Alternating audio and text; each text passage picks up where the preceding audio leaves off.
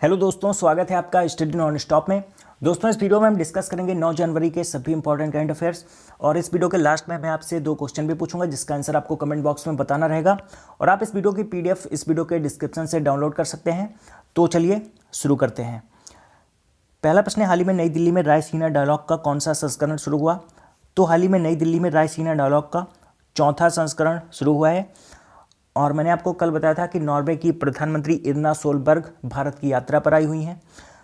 तो नॉर्वे की प्रधानमंत्री इर्ना सोलबर्ग ने इस रायसीना डायलॉग के उद्घाटन में भाषण दिया है।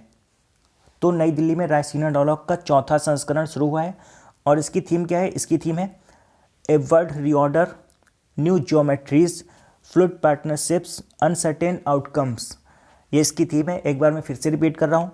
A world reorder, new geometries, fluid partnerships, uncertain outcomes. ये इसकी थीम है। अगला प्रश्न, मानव संसाधन विकास मंत्रालय ने राज्यों द्वारा दी जाने वाली स्कूली शिक्षा की गुणवत्ता का आकलन करने के लिए कितनी सूत्रीय ग्रेडिंग इंडेक्स की शुरुआत की है? तो मानव संसाधन विकास मंत्रालय ने राज्यों द्वारा दी जाने वाली स्कूली शिक्षा की गुणवत्ता का आकलन करने के लिए 70 सूत्रीय ग्रेडिंग इंडेक्स की शुरुआत की है। इसमें होगा क्या? इसमें राज्य प्रदर्शन ग्रेडिंग की जाएगी, जिसमें राज्यों को 70 मानकों पर 1000 अंकों में से अंकित किया जाएगा। इससे ये पता चलेगा कि राज्यों की स्कूल शिक्षा की गुणवत्ता कैसी है। और इससे राज्यों में एक दूसरे के प्रदर्शन को बेहतर बनाने के लिए प्रतिस्पर्धा होगी और हर राज्य अपनी स्कूल शिक्षा की गुणवत्ता को बेहतर करने का प्रयास करेंगे। तो ये 70 सूत्रीय ग्रेडिंग इंडेक्स की शुरुआत हुई है स्कूल शिक्षा की गुणवत्ता का आकलन करने के लिए। और इसको शुरू किया है मानव संसाधन विकास मंत्रालय ने। मानव संसाधन विकास मंत्री हैं प्रकाश जावड़ेकर। अगला प्रश्न, पहला ग्लोबल एविएशन सम्मेलन कहाँ आयोजित किया जाएगा? तो पहला ग्लोबल एविएशन सम्मेलन ये आयोजित किया जाएगा मुंबई में। और ये 15 जनवरी 2019 से मुंबई में आयोजित किया जाएगा और ये 15 दिनों तक चलेगा। और इसकी थीम क्या है? इसकी थीम है flying for all. Flying for all इसकी थीम है। और नागरिक उड्डयन मंत्रालय फिक्की के साथ मिलकर इसका आयोजन करेगा। नागरिक उड्डयन मंत्रालय फिक्की के साथ मिलकर इसका आयोजन करेगा। तो फिक्की की आपको फुल फॉर्म पता होनी चाहिए, एग्जाम में पूछी जाती है। फिक्की की फुल फॉर्म होती है federation of Indian chambers of commerce and industry. Federation of Indian chambers of commerce and industry FICCI की फुल फॉर्म होती है। अगला प्रश्न, हाल ही में किसे सशस्त्र सीमा बल यानी कि एसएसबी का महानिदेशक नियुक्त किया गया? तो हाल ही में सशस्त्र सीमा बल का महानिदेशक नियुक्त किया गया है कुमार राजेश चंद्र को। ये जो आपको इमेज में दिखाई दे रहे हैं यही है कुमार राजेश चंद्र और इन्हें सशस्त्र सीमा बल का महानिदेशक नियुक्त किया गया है।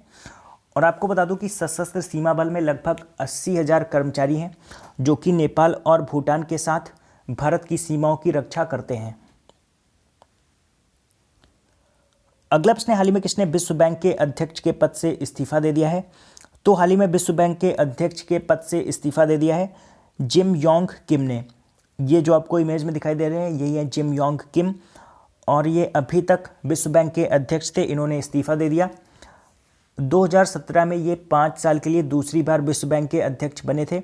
तो इनका कार्यकाल पूरा होता है 2022 में, लेकिन इन्होंने उससे पहले ही इस्तीफा दे दिया है। विश्व बैंक की स्थापना हुई थी 1945 में। इसका मुख्यालय है वाशिंगटन डीसी यूएसए में। और विश्व बैंक की सीईओ है क्रिस्टैलिना जॉर्जिवा। और विश्व बैंक में 189 कंट्रीज मेंबर्स हैं। अगला प्रश्न, हाल ही में किसे सुप्रीम कोर्ट द्वारा केंद्रीय जांच ब्यूरो के निदेशक के रूप में बहाल किया गया? बहाल किया गया यानी कि केंद्रीय जांच ब्यूरो का निदेशक फिर से बना दिया गया। तो हाल ही में सुप्रीम कोर्ट द्वारा केंद्रीय जांच ब्यूरो के निदेशक के रूप में बहाल किया गया है आलोक वर्मा को। ये जो आपको इमेज में दिखाई दे रहे हैं यही है आलोक वर्मा। पहले सरकार ने इन्हें छुट्टी पर भेज दिया था, तो अब सुप्रीम कोर्ट द्वारा केंद्रीय जांच ब्यूरो के निदेशक के रूप में आलोक वर्मा को बहाल किया गया है।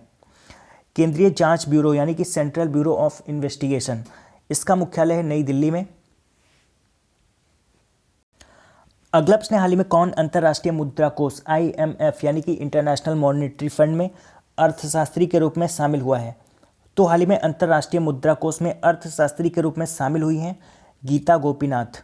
ये जो आपको इमेज में दिखाई दे रही हैं यही है गीता गोपीनाथ, और आईएमएफ में मुख्य अर्थशास्त्री के रूप में शामिल होने वाली ये पहली महिला बन गई हैं।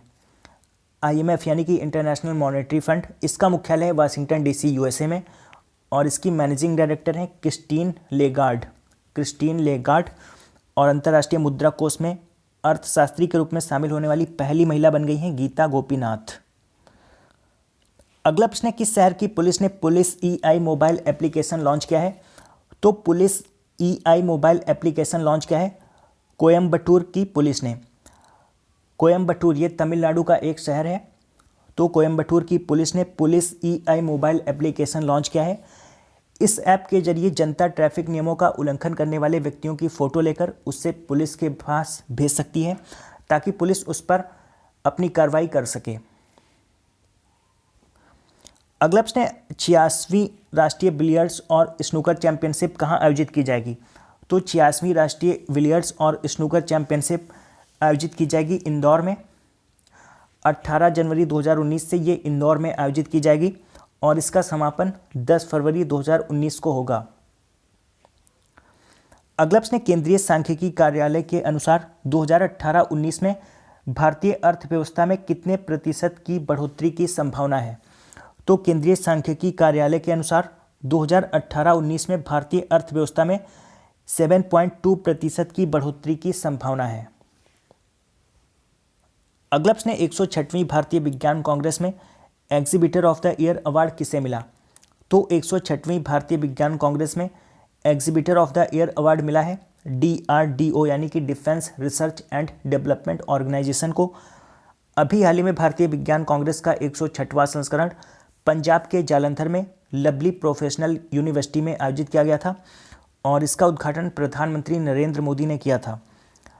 तो 106वीं भारतीय विज्ञान कांग्रेस में exhibitor of the year award मिला है DRDO को।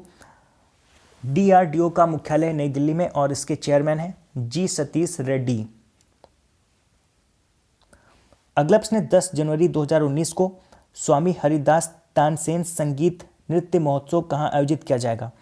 तो 10 जनवरी 2019 को स्वामी हरिदास तानसेन संगीत नृत्य महोत्सव आयोजित किया जाएगा नई दिल्ली में, और ये इसका 18वां संस्करण है, तो ये नई दिल्ली में आयोजित किया जाएगा। और कल मैंने आपसे 2 प्रश्न पूछे थे। पहला प्रश्न मैंने पूछा था, जलवायु परिवर्तन सूचकांक 2019 में किस देश ने शीर्ष स्थान प्राप्त किया? तो इसका सही आंसर था ऑप्शन सी, स्वीडन ने। और दूसरा प्रश्न मैंने पूछा था, आर्कियोलॉजिकल सर्वे ऑफ इंडिया के द्वारा हाल ही में कितने स्मारकों को संरक्षित और राष्ट्रीय महत्व के रूप में घोषित किया गया है? तो इसका सही आंसर था ऑप्शन डी, 6। और लगभग सभी लोगों ने इन दोनों प्रश्नों का सही आंसर दिया है। और आज आपका पहला प्रश्न है, हाल ही में कहां पर 9 दिनों तक चलने वाले अंतर्राष्ट्रीय पतंग महोत्सव की शुरुआत हुई? और आज आपका दूसरा प्रश्न है, पूर्व प्रधानमंत्री मनमोहन सिंह पर आधारित film the accidental prime minister के निर्देशक कौन है? तो इन दोनों प्रश्नों का आंसर आपको कमेंट बॉक्स में बताना है। तो दोस्तों, आशा करता हूं कि आपको ये वीडियो पसंद आया होगा। अगर आपको ये वीडियो पसंद आया तो आप इसे लाइक और शेयर जरूर करिए, और अगर आपने अभी तक इस चैनल को सब्सक्राइब नहीं किया है तो चैनल को सब्सक्राइब कर लीजिए। मैं हर रोज़ सुबह 4 बजे करंट अफेयर्स का वीडियो अपलोड करता हूं, तो आप चैनल को सब्सक्राइब करके नोटिफिकेशन बेल को ऑन रखिए, जिससे मैं वीडियो अपलोड करूं तो उसका नोटिफिकेशन आपको मिल सके। तो दोस्तों, मिलते हैं कल सुबह, तब तक के लिए good bye and take care.